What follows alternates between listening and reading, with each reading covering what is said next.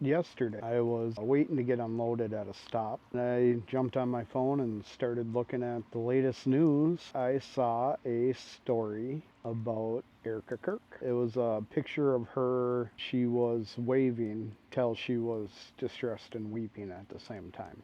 Story said that she is getting through this on her strength of faith and Charlie's faith and everything that it meant to him.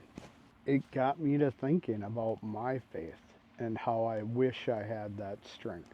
I normally I listen to the Bible probably a couple times a week. I drive mostly at night, and a lot of it's just background noise. If something catches my ear, I normally rewind it and I listen to the whole thing. And it might get me to the point. There's a couple times I picked up my own King James Bible when I got home and I looked through the verse to try and grasp further what they were talking about.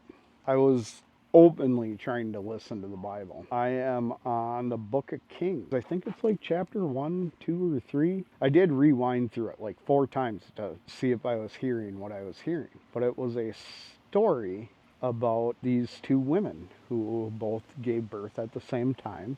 One of them ended up killing her child in her sleep by laying on her. She was probably a fat fatty. She suffocated her child to death. Well, she woke up and figured out that her child was dead, so she put her dead child on the other lady's bosom and grabbed her child. Well, when the other lady woke up to feed her child, she realized her child was dead. But she looked and she's like, well, this isn't my child. What the hell's going on? They ended up going to the king, who was King Solomon. King basically said, okay, you both say this is your child. Well, let's cut the child in half. You get half, you get half. And when you first hear that, you're like, oh, how horrible, cutting a child in half. But the lady whose child it was like, no, no, no, no, don't do that. She can have it. And the other lady was like, yeah, go ahead, cut it in half. I want half. And King Solomon, in his wisdom from God, pointed at the first lady and said, the child is yours. He could tell by her reaction that the child was hers. And what got me thinking on this was I paused it and I sat there and thought about it. But the one thing I grasped from this was humans have always been horrible. So humans have always been horrible.